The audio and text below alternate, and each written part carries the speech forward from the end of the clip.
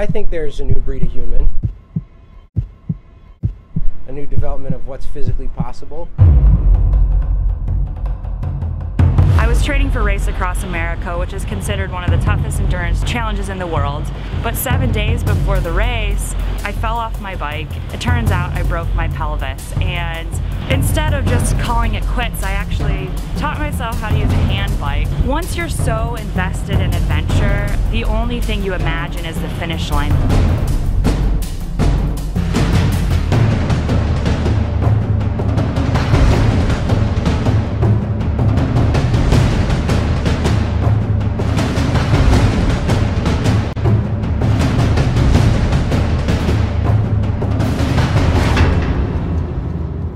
What I do for a living, I run on all 7 continents of the earth twice now.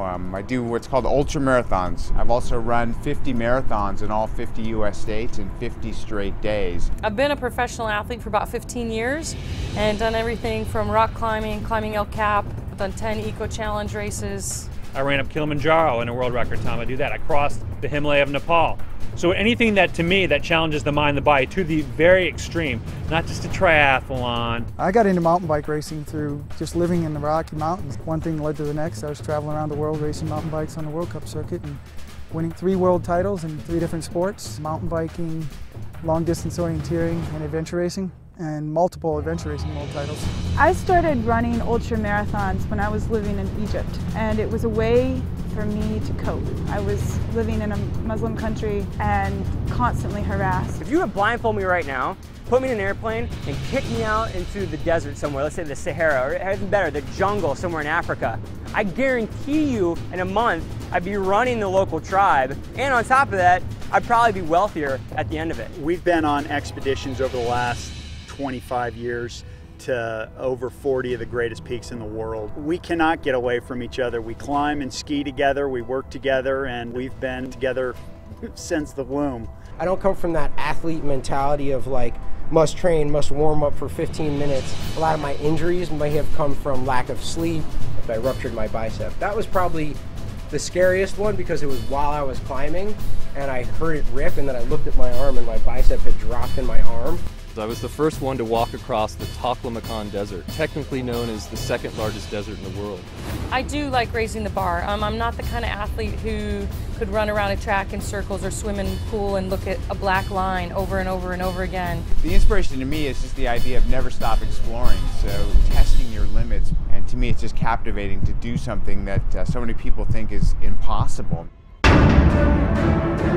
Probably the biggest adventure I've been on is actually a solo row across the Atlantic, rowing a 19-foot boat from West Africa all the way to South America. I believe we were the first Americans with skis on Everest.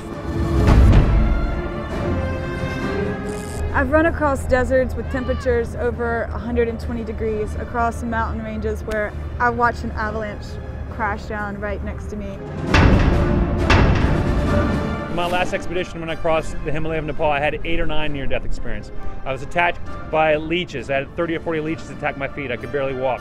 I had hypothermia. I fell in a river, and there's no one that's going to come get you. It wasn't like I could call up and say, hey, come get me. I'm always scared at base camp, and the day that I'm not scared is the day that I stop, but that's kind of the reason why you do it. I was recently climbing in Afghanistan, absolute virgin earth, and I pulled off about 2 tons of rock. I was seconds from being crushed by this rock. The longest run that I've ever done was 350 continuous miles, so I ran for 81 hours and 44 minutes without stopping, and that pushed the limit of everything I had.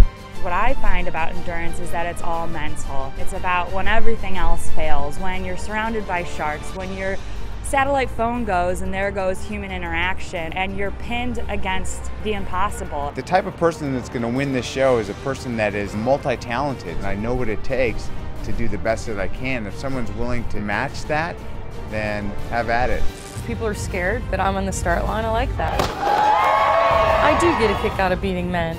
I think it's someone who mentally and physically has the balls to work through anything. Who's not going to cry like a bitch. Who's not going to sit there and go, oh, you know what, this is too tough. I can't do it. Well, you know what? You're gone already. I will beat the competition because I thrive off of this. I live off of this. I breathe off of this. Yeah, I'll beat the competition because I'll do anything anything. I'm crazy, so I'll attempt the impossible. If you tell me that I can't do something, I'm going to do everything in my power to prove you wrong. I'm sure all these guys probably, I'm sure, have that in them, but after a while, it's going to weigh them down, and then we're going to see people start losing it. So yeah, it's game on. I'm not going in it to lose, I tell you that much. I don't believe in that, and I will win. You talk the talk, let's see you walk the walk.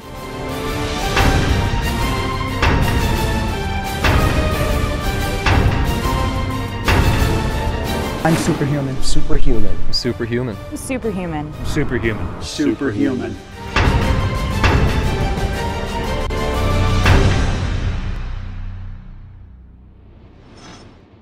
What do you got? Bring it.